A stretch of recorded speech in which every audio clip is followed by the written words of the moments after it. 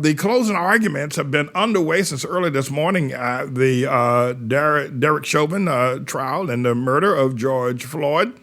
Judge Cahill gave his opening statements, remarks regarding instructions, I should say, on how the jury are to govern themselves regarding the testimony that has been given, and also what the charges are, how to best interpret them as well. And one of the attorneys for the prosecution, not Jerry Blackwell himself, spent a couple of hours today laying out the events of that day, minute by minute, and to build towards a guilty verdict. Now, I've long since said that Derek Chauvin killed and murdered George Floyd. There's no doubt. I mean, everybody who's got eyes know that took place. And I've also maintained that there's a backstory to this. That is to say that there's something going on because Derek Chauvin wasn't even involved in the initial arrest, as we were able to see, and the laying out of the if you will, the body cameras on the police officers. Yes, she showed up later. When he showed up, that's when the trouble began. And I would think that, and I know we're going to hear what Eric Nelson is saying, but just a moment, I want to get my 2 cents worth in. I think that the first two officers that had handcuffed and had walked George Floyd around the Cup of Foods building and made him sit down, then brought him back to the police car. By the time they brought him back to the police car, I think George Floyd saw Derek Chauvin coming, because he was not a part of the original arrest, if you will, contingent. And when he saw Derek Chauvin coming, that's when he began to resist, or maybe I shouldn't say resist. He began to say, I can't get in, I'm claustrophobic, I can't get in there, thinking that he had probably had words with Derek Chauvin earlier, and knew that if he got in that police car, he was going to be killed, either there or at the police station. I suspect that's what happened. Now, we may never get that backstory. We may never get it. But I sat and I listened carefully this morning at the argument, or the closing argument, rather, if you will, by the prosecution. And I watched that event, and I watched how Derek Chauvin got involved in this event. Because if they had just taken George Floyd rather than walking him around the corner, I'd understand why they did that. Why did they take him and walk him around the corner? Well, they just take him directly after they took him out of his car, take him to their car, and that's it. But they took him to a corner, made him sit down for a while. I think they were waiting for Derek Chauvin. That's what I do. I have proof of that, and I mean, we may never get proof of that. We may never get it. But I'm explaining to you what I believe, and you're listening. I'm going to ask the engineer if he'll bring us into the trial in motion now, while Eric Nelson is well into his closing argument in terms of his defense of Derek Chauvin. Mr. Engineer. 20, that's the car that patrols this part of the city, said, hey, we can take this call, and Officer Chauvin and Officer Tao were canceled from the call. Right, so they were canceled from the call. And Sector Car 320, Officers King and Lane took it, and that occurred at 8:05 and 11 seconds. Okay, we're now getting when Officer King and Lane took it over, same thing is you can hear, again, you can go back and you can listen to that audio of that dispatch, and you can hear them talking to each other. Why did they do that? Why would they change cars? Why would they change Officers King and Lane arrive at the Cup Foods at 8:08 and 20 seconds. It was not their collar.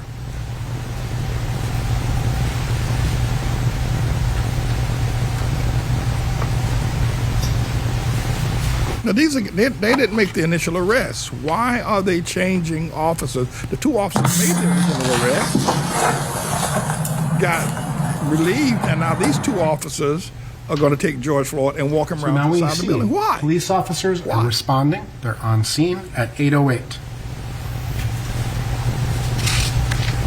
Both Jenna Scurry and Peter Chang described that during the course of the initial interaction between Officers King and Lane and Mr. Floyd, through dispatch they heard what sounded like the sounds of a struggle. Jenna Scurry described she's trained to listen. She heard these sounds of a struggle, And she aired out on her own, other officers need to respond, code 3, to assist Officers King and Lane, right? So a reasonable police officer, he's going emergent to a scene, he gets canceled from the scene, he's now being told that other officers need assistance, and step it up, get there fast.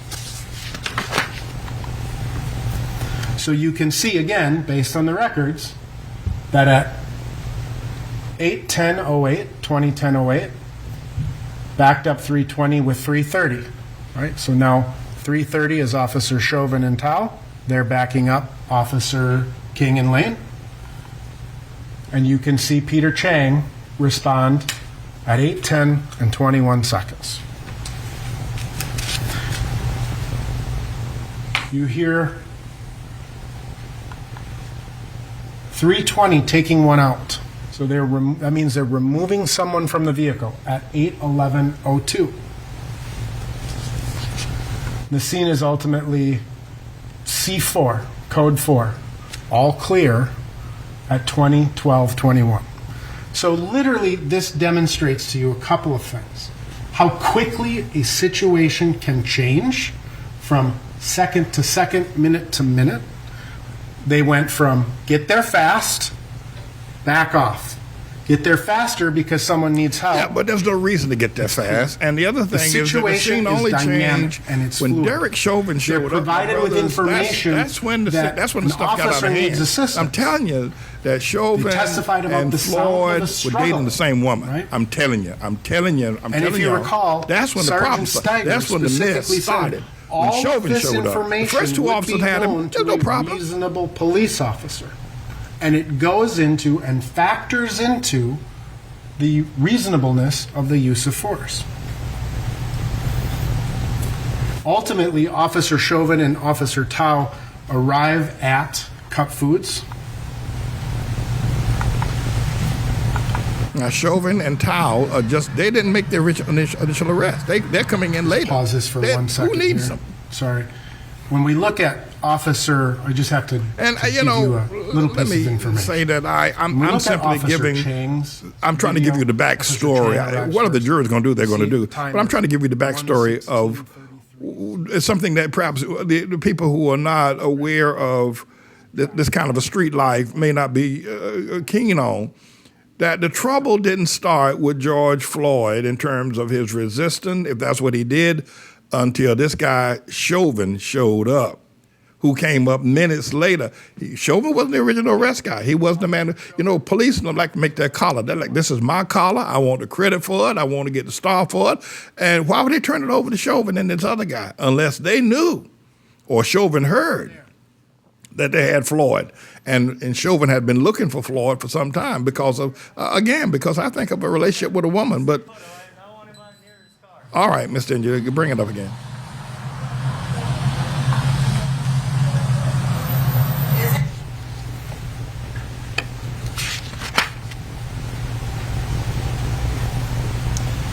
Information gathering in terms of this assessment and reassessment of, again, the decision-making process of a police officer, right? Don't come over here where I am, Officer Chang says. Go over there. They need your help. Because what at that point, at that precise moment, they don't know what's happening over at the squad car. They don't know that Officers King and Lane struggled with Mr. Floyd, getting him out of the car, that they sat him down, that they stood him up, that they walked over. They haven't seen any of this information, and there's no evidence to suggest that they had. So that doesn't factor into the information. It's, again, the reasonable police officer, what do they know? And they don't know that. But they're starting to get some indication, hey, go over there, right? Go over there. You can see right at about 8:17, and I apologize for the quality of the picture, Officer Chauvin is arriving and walking up to the squad car. And that's when the trouble began, when that Chauvin boy showed up. So what would a reasonable police officer see in this instance? what a reasonable police officer would see could be defined, because again, a reasonable police officer has to be aware of his department policies: active aggression or active resistance. Let's call it active resistance. A response to police efforts to bring a person into custody or control for detainment or arrest. A subject engages in active resistance when engaging in physical actions or verbal behavior reflecting an intention to make it more difficult for officers to achieve actual physical control. So as Derek Chauvin walks up to this scene, he has all of the information from dispatch. He has all of the information from Officer Chang sending him over. He knows his department policy on the difference between active aggression, active resistance, passive resistance, based on policy, training, etc. This is an officer's consideration of, again, the use of force. All of these things factor into it. So what does he see? He sees Officers King and Officers Lane struggling with Mr. Floyd, attempting to put him into the car. He hears the words that Mr. Floyd is saying at that point. I'm claustrophobic. I'm a good guy. I'm a good man. I'm claustrophobic. I just had COVID, right? He's hearing this information. He's observing with his eyes. A reasonable police officer is observing this with his eyes and his ears and assessing what he sees pursuant to policy. And what he sees, at a minimum, is active resistance. Mr. Floyd's not just simply getting in the back. The trial's a very funny thing, and the law is. I'm not a lawyer, but I've spent a whole lot of time around them, and I've been in and out of court most of my life. I've been a defendant in several major court issues. I've sat through 2 trials. I was on trial, and I went to trial in Miami, a 3-day trial, convicted me there in Dade County. I went to trial in Brooklyn, New York. We've been involved in court cases with respect to our church activities, et cetera. And I've had close relationship with lawyers over the years. And the law is a very funny thing that, in terms of evidence, what you can present as evidence. I actually conducted a trial, and one of the things that I did, while it may not have been observed by the casual onlooker when I conducted the trial against Obama, is I understood the rules of evidence. You can't present evidence willy-nilly. There has to be a substantial way in which you bring evidence to get admitted into a trial situation. I understand that, and that's difficult. And the reason why I'm bringing this up is because if the evidence, for instance, Derek Chauvin has had 19 complaints lodged against him, from aggression to various other kinds of things over the years. He has been, but you can't present that. You can't present that to the jury unless he takes the stand. If he takes the stand, he takes the Fifth Amendment and says, I will not take the stand, then you can't bring up that evidence, because as far as the court is concerned, as the justice bar of justice is concerned, that evidence is irrelevant to the date, to the fact of what happened on May 25th, whatever that day was last year.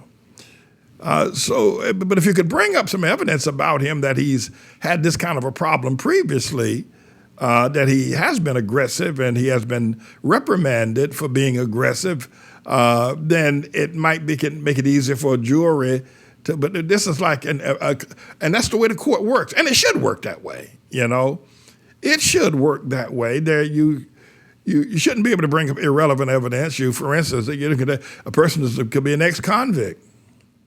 And if they go on trial for some other event, unless that person takes a stand, you can't bring up their criminal record. And so that it serves both, it cuts both ways, I think is what I want to try to say.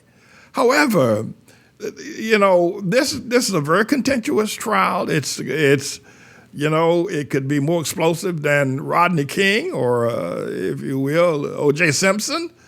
This potentially could be a very, and the fact that the evidence that needs to be put into play here is not going to be brought. Now, the evidence, there's no greater evidence in terms of a jury verdict, if you ask me, than the video taken by that 17-year-old girl who stood there and took that video. And we all saw the 9 minutes and 29 seconds. That's clear. I mean, it was murder. We see that. But that may not be conclusive enough for some people. It just may not, because the defense attorney has thrown in a lot of monkey wrenches and thrown in a lot of other stuff to bring one scintilla of a reasonable doubt. And that's always possible. But I think that if the evidence, street life, George Floyd was a street. He was a man of the street. He was in drugs. One of the things that you hear them say is that they pulled him out of his car, but they don't tell you what kind of a car it was. It was a Mercedes-Benz, GLE. They don't say that because that could be prejudiced. It could. Why is a man cashing a $20 bill that's a phony, but he's driving a $50,000 automobile? What? There's something here that ain't right. George Floyd was a man of the street, but you can't bring that up. He think only some amount about his street life. But the thing that really needs to be said here is that Derek Chauvin had a street life too. After his police duties, where he went on duty, as George Floyd, and I think they ran together in many instances.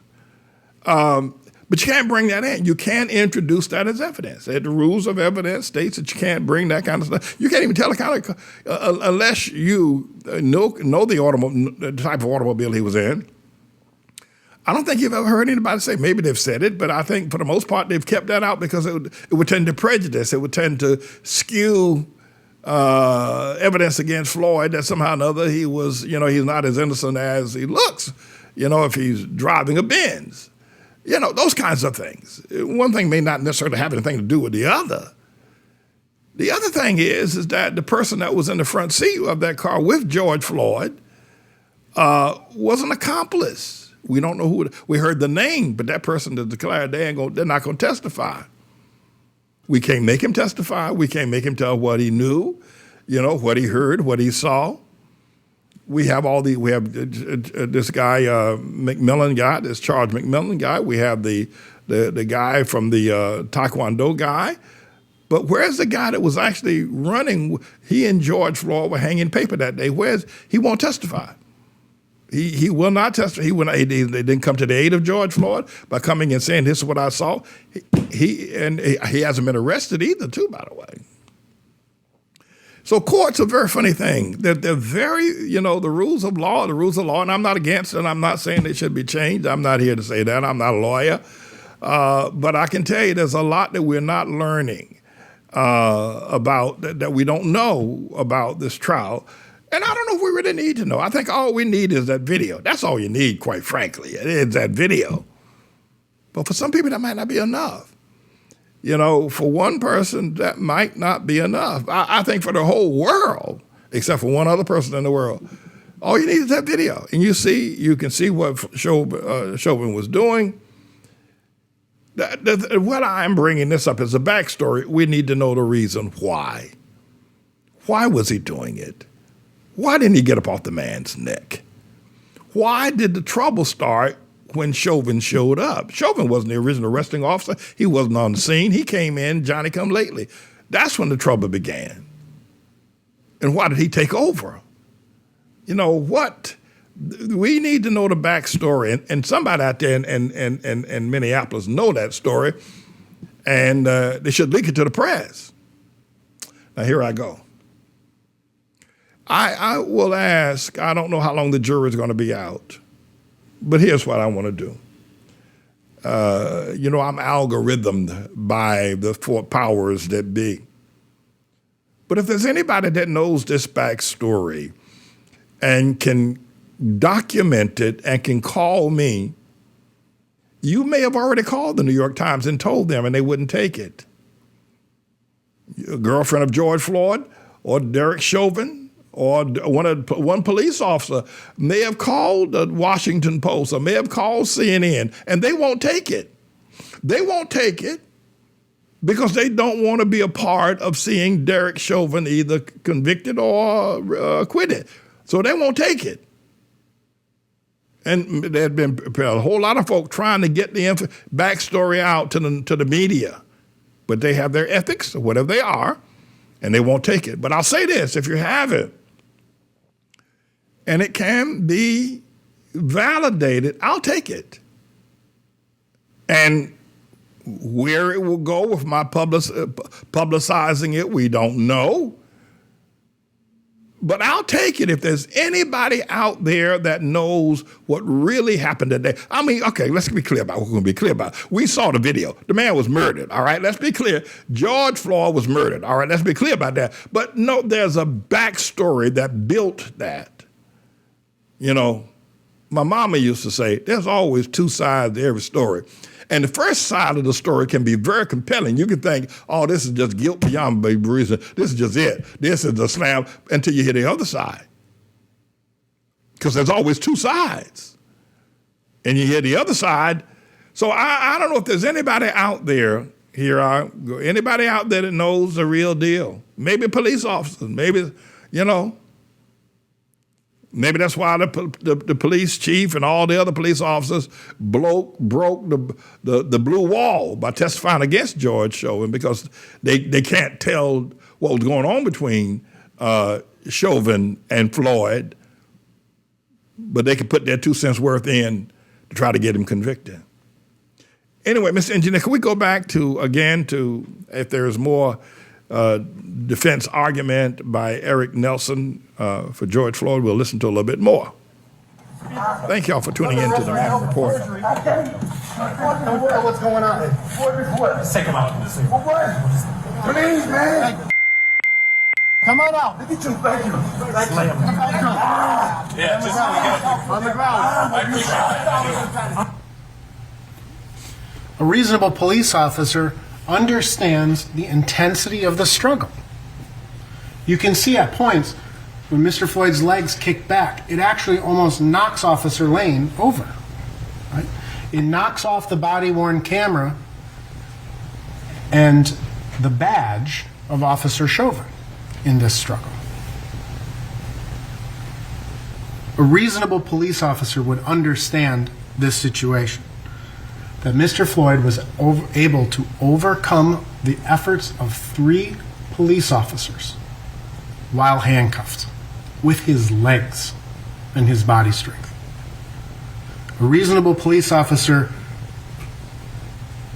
standard can be seen in another way, from the milestone camera. And this is what caught the attention of the 911 dispatcher, Jenna Scurry. She said she observed the struggle and the vehicle rocking back and forth, back and forth.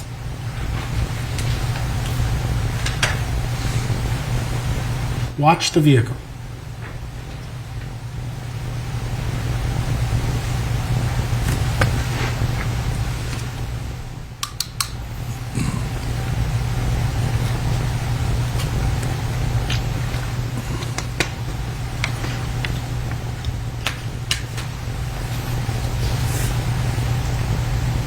You know, I mean, he's in the vehicle. That door, you know, on the traffic side is closed.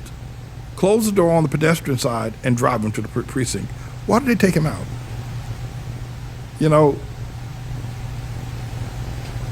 he was already secured in the vehicle. Why take him out? And take him out on that side, because you're taking him out into traffic. If they're taking them out on the pedestrian side near Cup Foods, that would seem to be safer for everybody. Why take him out on that side?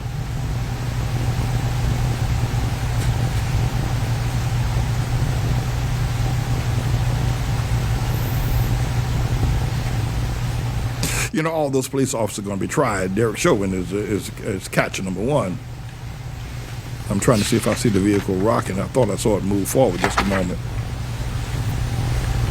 But all those officers, every last one of them, Lane and the other, they all are going to be, they all have their trial dates coming up. You know, there's some days you wish that you just stayed in bed that day. You know, if you just called in sick, stayed in bed, or maybe even died. Because this event is never going to be forgotten. Never. And they're never going to get their lives back. George Floyd lost his life, that's for sure. No, there's no doubt about it. And his family mourns that. But these officers are never going to get their lives back either. And I'm not saying that they should. I didn't say that. I'm just saying that it's all over with for all of them. Some days you just wish you never got out of bed. Reasonable police officers will consider their training, right? And before we talk about the training again, there's something that I think is really important to understand. Two things, actually, at this moment.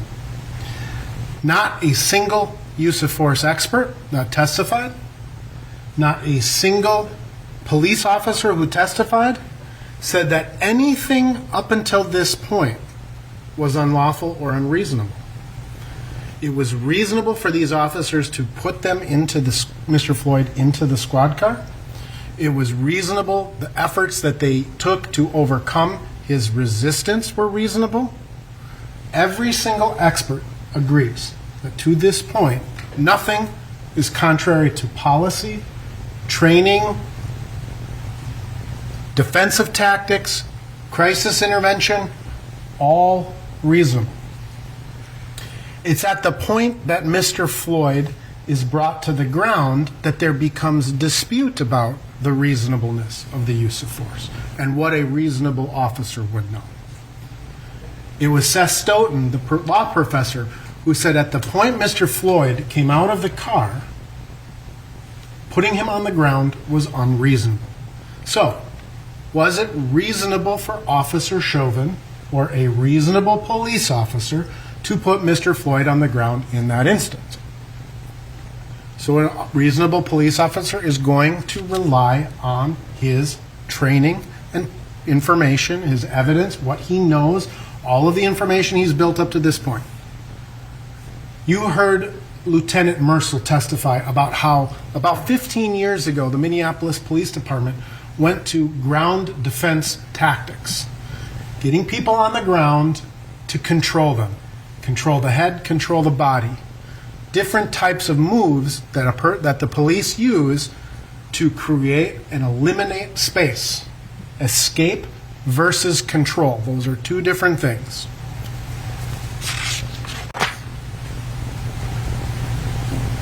These are the tactics that have been employed by the Minneapolis Police Department for 15 years. Why?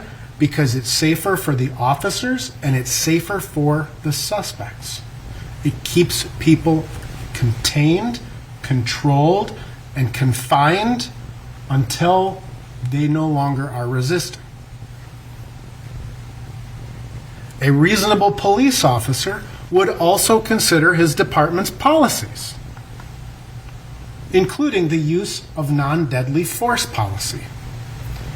Force that does not have the reasonable likelihood of causing or creating a substantial risk of death or great bodily harm. This includes, but is not limited to, physically subduing, controlling, capturing, Eric Nelson, restraining, or physically Derek Chauvin is entitled to his day in court. He's entitled to have a lawyer. He's entitled to be defended. Somebody had to step to the plate to defend him. I remember trying to engage a lawyer. I'm not going to call her name. For two reasons. One is that she gave me some very good information, even though, but she wouldn't take our case. But a lawyer should be above that. A lawyer should defend because you are entitled to a defense, whether they like your ethics or not, whether they like your politics or not. They're not called to pick and choose whose politics they like. And I reminded her that. I couldn't force her to take our case. And after she said that, I wouldn't have trusted her had she done so. But she did do one thing. She did tell me that our case is not the law. Our case is political. Al Sharpton wants to see us go down. And he's convinced the black pastors in this community that I'm unworthy, that I'm not a brother, that whatever they do to me should not be considered as a vile move or land grab. She did give me that information because she knows the inner working. She knows the courts, and she knows what they talk about when they have their cocktail parties down at Gracie Mansion or whatever it is that they do. And we disengaged. But having said that, you know, Eric Nelson, I'm not sure where he's going with his defense. I mean, I thought he muddying the waters, but he's not helping Derek Chauvin right now in terms of, maybe he's going to go someplace else with this, I don't know. But he's not helping Derek Chauvin right now by the way he's introducing this whole process. He needs to find a Johnny Cochran moment. If it doesn't fit, you must acquit. And until Eric, and I haven't seen him find that moment, there needs to be a moment. And I'm not rooting for Derek Chauvin. You know that. You ought to know that, unless you're just crazy. But you got to find that moment. You got to find that hook. And though, you know, it's made most popular by Johnny Cochran, if it doesn't fit, you must acquit. Johnny Cochran rode that thing like a stallion. He rode that thing, you know, and the whole world, you know, who's gonna vote guilty after that? Even if you wanted to vote guilty, you couldn't do it. And everybody knew the OJ was guilty. But that hook, if it doesn't fit, you must acquit. And I haven't seen this yet. And they're just closing argument. He may be up here for another half an hour, but I haven't heard a hook yet. I haven't heard. Now, that does not mean that somebody ain't sitting in a jury that already made up their mind before they became the jury that they're not gonna vote guilty. You know how that goes. Maybe you've been that kind of person yourself, you know? And I think America is going to have to really look at, no matter how this trial ends up, I pray that, you know, it'll help people do an introspection of the whole race relations situation, because potentially there could be someone on that jury. I don't care how much evidence you can bring, 1,000 videos of what Derek Chauvin, they're not going to find him guilty. Now, I'm not saying that's what's the outcome. I'm not predicting that. I'm telling you that you know that's possible because you know that's how human nature is. And what you need, what I would advise those of us who are in a period of growth and understanding and leadership will say, is that me? Is that the way I look at the world as well? I don't care how much evidence to the contrary. You know, you can show me 1,000 videos of the man having his knee on his neck. I'm going to let him walk. You know, maybe that's and America needs to look at that.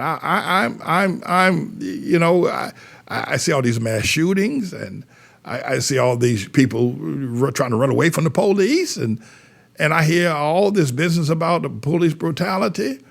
The 13-year-old boy, Adam Toledo, had a gun in his hand at 2:45 in the morning in Chicago. He had a gun in his hand, a gun that had just been recently fired. And a 13-year-old in an alleyway with a gun at 2:45 in the morning got shot by a police officer. Now they're trying to bring up the video camera saying, well, he didn't have the gun when he was shot, but the police did see it in his hand, and it's a big mess. But I haven't heard one person say the boy shouldn't have been out there in the first place. Had he been home in his bed or doing his homework, he'd be alive today. Same thing with Dante Wright, same thing with Michael Brown, same thing with Trayvon Martin, you know, but nobody will say that. And my perspective is this, is that until you're willing to say, what the hell was the boy doing? Now, he shouldn't have been just shot just because, but you have to realize he started it. He had a gun at 2:45 in the morning, being 13 years old, running from the police. The police said to him, I heard at least 7 times, stop, stop, stop, stop, stop, stop. And he didn't do it. Now, somebody need to get up and say that. But so my view, and you could think it's all messed up, my view is this: you people out there saying that go get the police officer for shooting Adam Toledo. You're just going to help somebody else get shot. Somebody to say, listen, when they say stop, stop. You still may get shot, but odds are you might make it.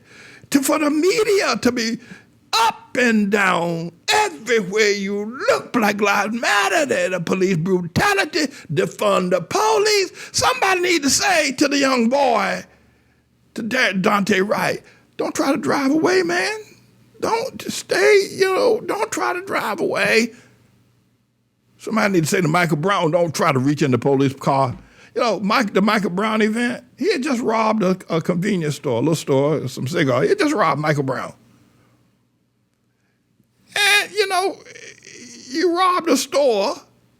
The man gonna call the police, you leave, but he gonna call the police. The police officer that accosted Michael Brown that day didn't know, he hadn't gotten the report yet that a robbery had taken place. He was trying to tell Michael Brown, get out of the street. Michael Brown had just robbed the store, was walking in the middle, rather than walking on the sidewalk or hiding, walking in the back. You just robbed the store, man. The boy was walking in the middle of the street. The police that came up on him did not know he had robbed. Michael Brown did not know he had robbed the store. He just told him you can't walk in the middle of the street like that. And Michael Brown got an attitude. When are we going to stop? I see this as ignorance of killing our young people. You got to tell them. You can't get in the street and march and bitch and moan when the police shoot somebody. Now, there are times when it's wrong as truly. We all know that. But the 99% wrong is, let's hold a march, let's call Black Lives Matter, let's call CNN, rather than saying, well, wait a minute now. 13 years old, and he did have a gun in his hand, and we could see that. It may have been dropped just before he was shot, but he did have a gun in his hand. I mean, you got to tell the 13-year-old, don't do that. But if you rush to the defense of the 13-year-old and raise holy hell, Black Lives Matter march, burn down Chicago Loop, then other 13-year-olds are not going to see the danger. The 15-year-old, the 16-year-old, they're not going to see the danger. And hell, they're going to get shot too. That's why there's so many of them. Now, so what about mass shootings, right? The guy walked into, 19-year-old, walked into the FedEx Center, people were working, trying to earn a living, late at night, mailing packages, takes an AR-15, just start killing people, shooting people, right? And the report is he bought the weapon legally. He didn't steal it. In fact, he bought several. So when is the world going to say, wait a minute. If the Second Amendment gives him the right to buy, and then he can go kill people who are innocent, hardworking people trying to put food on the table, want to go home to their children, their wives and their children, and here comes a 19-year-old, and he's just going to end all of that. And for the rest of the lives of those family members, they're going to be in misery. The pain ain't going to never go away that their loved one was brutally killed like that. And yet you're going to say he had a right to buy it. Come on now. Come on. I really thought at Sandy Hook, when 5-year-olds were killed with an AR-15, the boy that did that, he was 17, 18 years old. His mama bought that gun for him. His mama bought it for him. The mama bought the fool a gun. She knew he was crazy anyway, standing in his bedroom playing the Xbox all day, wouldn't come out, had to put his meal up under the door.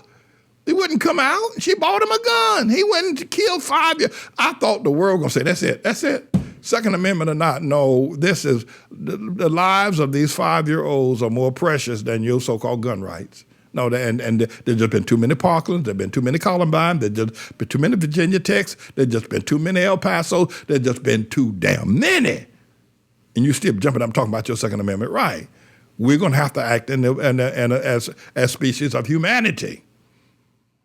And if curbing that right can save from having a 5-year-old have a bullet big enough to kill an elephant, bust his head wide open, then we rather see the children live than you be able to buy an AR-15. But nobody's going to say that. Well, if you say it, you're going to get ostracized. I could be losing members right now. Well, he ain't for gun rights. Let's get rid of him. I just knew that somebody like him. I don't know way. I know he ain't for the Second Amendment now. Let's get rid of him. I ain't have nothing to do with him no more. But we are in a very dangerous time in America. an extremely dangerous time with violence like we've never seen before. We've never seen violence in America like this. Hell, the Black Panthers would be considered angels, considered a violence from both Japheth, that's white people, and black people, and police. Hell, we've never seen violence like this in the South. We've never seen anything. We just never seen it. We just never seen anything like this before. And don't be listening to that Will Smith talking about, well, we're seeing it now because everybody got a camcorder. No, or a phone with camcorder, got a telephone now. No, that ain't the reason either. Now, it's true, it's something that's being, but no, that's not, it was never even reported. We've never seen it like this before. I got news for you. It's going to get worse. Because Black Lives Matter going to march no matter what the verdict is. They're going to raise hell and burn down America no matter what.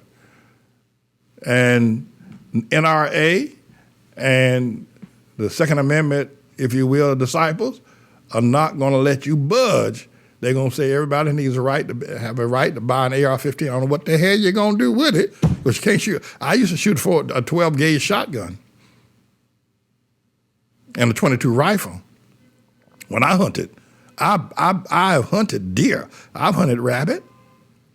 You don't need no AR-15 that can shoot 100 bullets in a minute, not to kill a deer or a rabbit.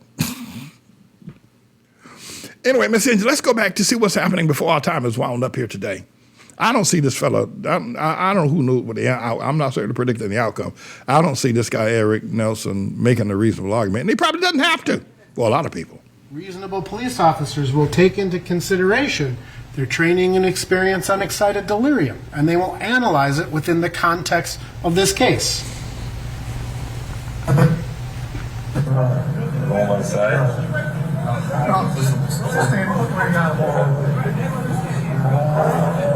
I just worry about the delirium or whatever.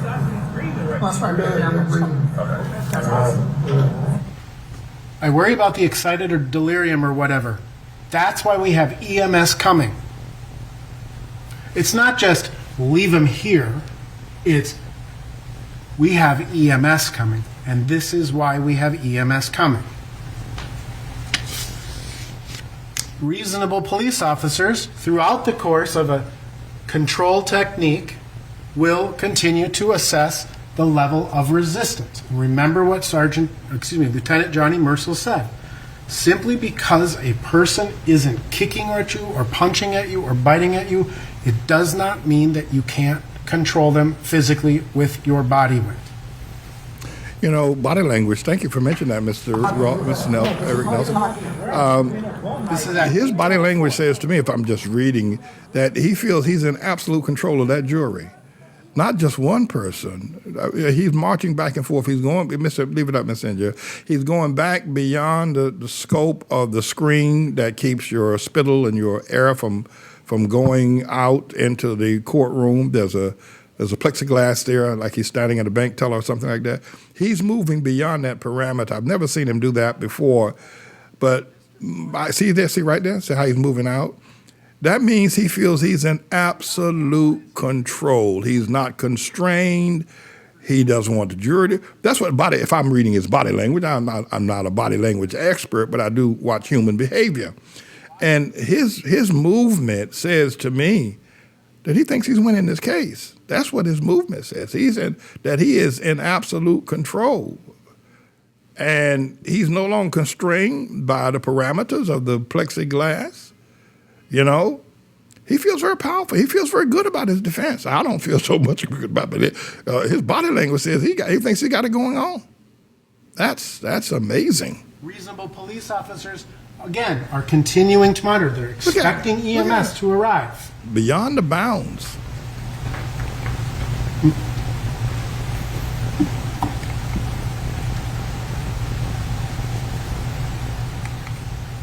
Bro, but just get him off the ground. We're in a Walmart now. You get him off the ground, bro. You can get him off the ground. You get him Walmart now.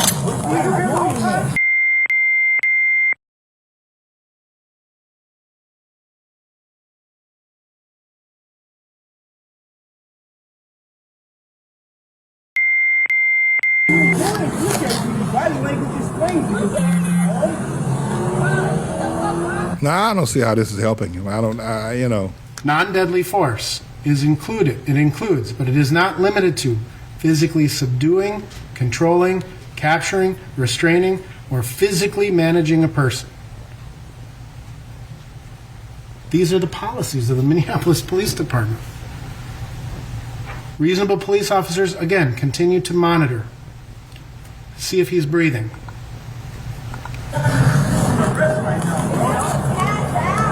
I think he's passing out.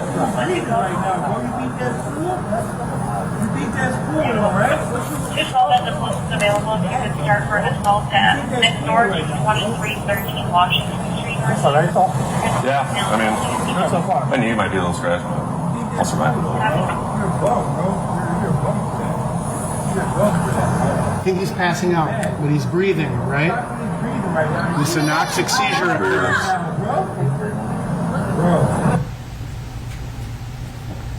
Reasonable police officers are building and basing their decisions based on all of these factors coming in at multiple times, including the bystanders, right? Call them a crowd, call them onlookers, call them bystanders.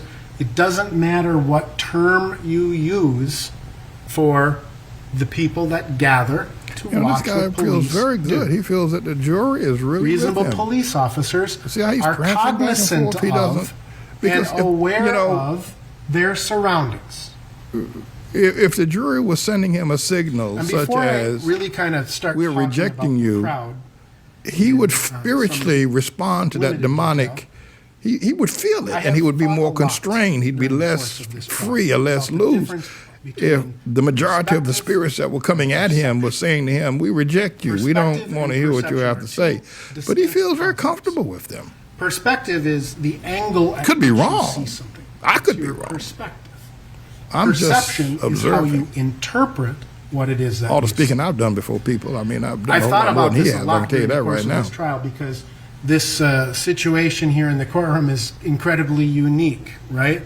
It's not the normal setup for a jury trial. So my perspective through the course of this trial, sitting in this chair, is that I cannot see 4 of the jurors. Very limited opportunity to observe the jurors. They probably can't see me either. Several of the jurors Now he's I have talking a very about it. good view of. Now 4 of the he's actually jurors I addressing don't, the issue now. and obstructed views of others. My perspective sitting in this chair when witnesses, there's a camera blocking the head. So in order for me to see the witness, I have to roll all the way over to the other side. Then I have to look through the he's plexiglass explaining what that he's has doing, these okay. large reflecting lights. Right?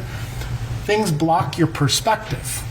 Things can affect your perspective. You know, that's a great But your argument. perception is how you interpret what it is you see and what it is you experience. And that is our life, right? This is our experiences. These are the things that make us who we You know, are. you have to understand when I 3 people give observation like that, I'm in not this for trial this guy, went to the same high school. but I'm for you. I want you to Me? learn. Darnella Frazier You know, and Chief Arredondo. I'm 40 years at We all at went to public the same speaking. high school. I'm Obviously 40 different years at times. reading audiences. My experience, I'm 40 Chief years of doing Arredondo's this, experience, and Darnella Frazier's this man's experience, life hangs in the balance. all based And on. I have to tell the you same what he's perspective. doing right now. Sat in the same classroom. Says he's saw in control. The same chalkboards or whiteboards. The same perspective, but our perception of our experiences there is going to be much different.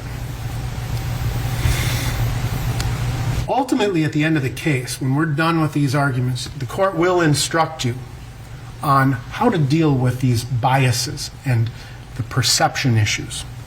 The court's final instructions will guide you to try to recognize your biases, recognize them, what we bring to the table, and analyze the evidence from the perspective of the evidence itself.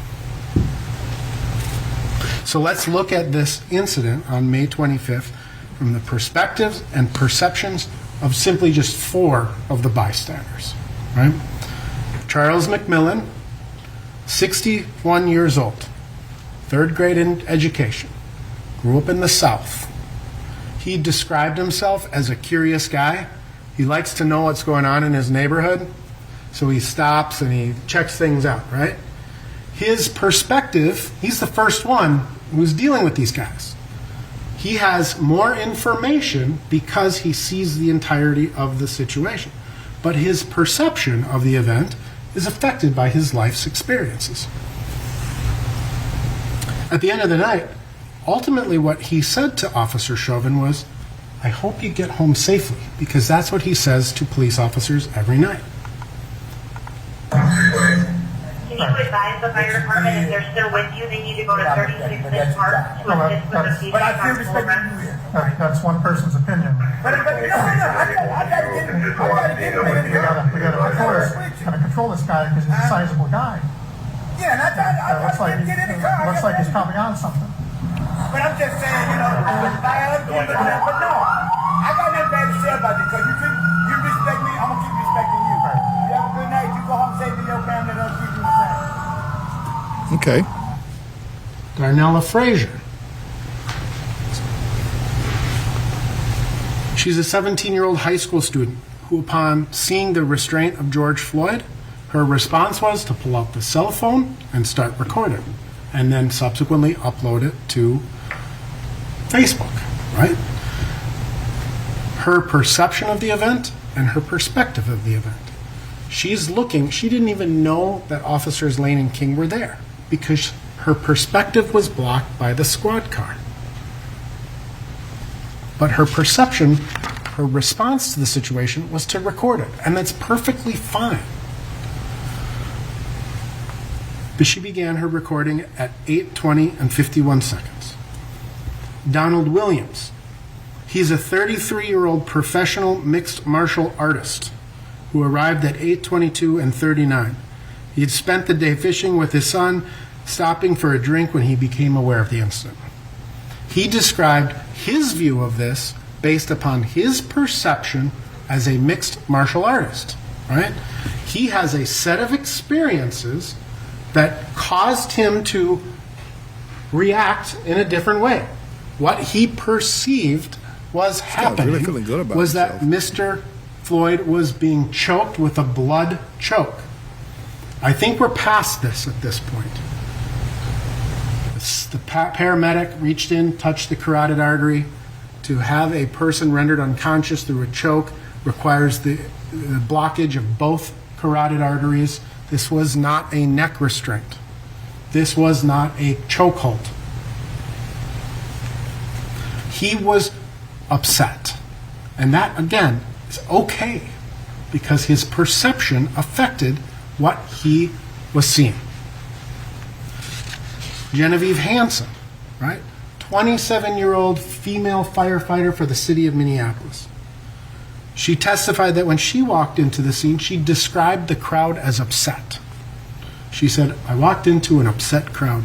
She said that the other voices distracted me from getting the All right, officers. Mr. Engineer, we're going to have to wrap And this she up. My time testified is up again, on Facebook for this hour. I'll have just a couple of moments left.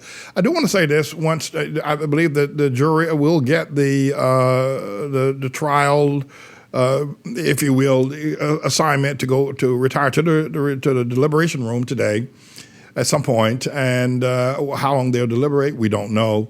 As soon as the deliberation is over with, and assuming there's still peace in America, when we actually pray that there will be, I want to come back, and we need to talk about another issue in America that perhaps isn't getting the kind of I suppose, promotion, or at least publicity that should get is my word I'm looking for, and that's called replacement. That there is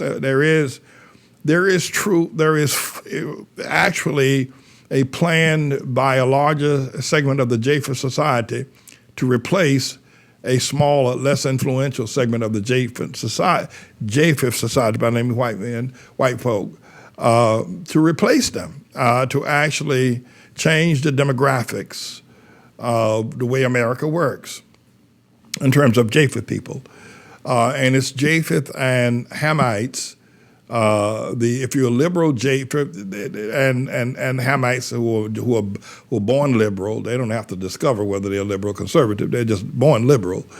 Are working together with the institutions and media to actually do a form of genocide on white people. It's called replacement. They don't go as far to say genocide, but the term replacement has the overtones of that, and it's something that I want to examine. It's something I think I need to. I think I need to pull the world's coat to. I don't know what the world will be like. I do pray that things will be peaceful. I want to be able to see the pandemic end. I want to go on vacation. Elizabeth and I want to, I want to be able to travel. I want to bring people here for the conferences. So I pray there'll be a peaceful world after this deliberation of this jury. I do, and that justice will be done. That's what I pray. But I have to tell you that I'm not so sure. But when that time does come, remind me to go over this whole process of this theory that is now being talked about in boardrooms. And I don't know if George Soros is behind it or not, to actually replace a large segment of white people in America with another type of people. And then finally, I want to talk also about this new racist term by the liberal media when they say people of color. That's simply saying colored people. I thought we got rid of that in the 1950s and the 60s. Don't you call me colored, or colored water fountains, and colored this and colored that. But they're using it now with impunity. Then at any rate, everybody, I'm James Everett Manning. I'm the Lord's servant. We'll see you next time we're able to get together. This is a bit of a news blog we do, looking at spiritual wickedness in high places for the most part, making some observations about it and giving people a biblical foundation to the way of interpreting, rather than have Sean Hannity or Laura Ingraham or Janine Pirro or Anderson Cooper or Rachel Maddow or Don Lemon, Rush Limbaugh interpret what's going on in the world. You come to me and I'll tell you based on what the Word of God says. They'll just give you their worldly, sinful view. But the Manning Report will tell you what God has said, whether to say yea or nay, whether to go or to stay. You'll be led by the word of Almighty God. Come to the Manning Report on a daily basis to interpret the spiritual wickedness in high places, because there's plenty of it that's going on. And so I'm the Lord's servant, James David Righteous Rebel Manning, and I'm here to serve you with news and information.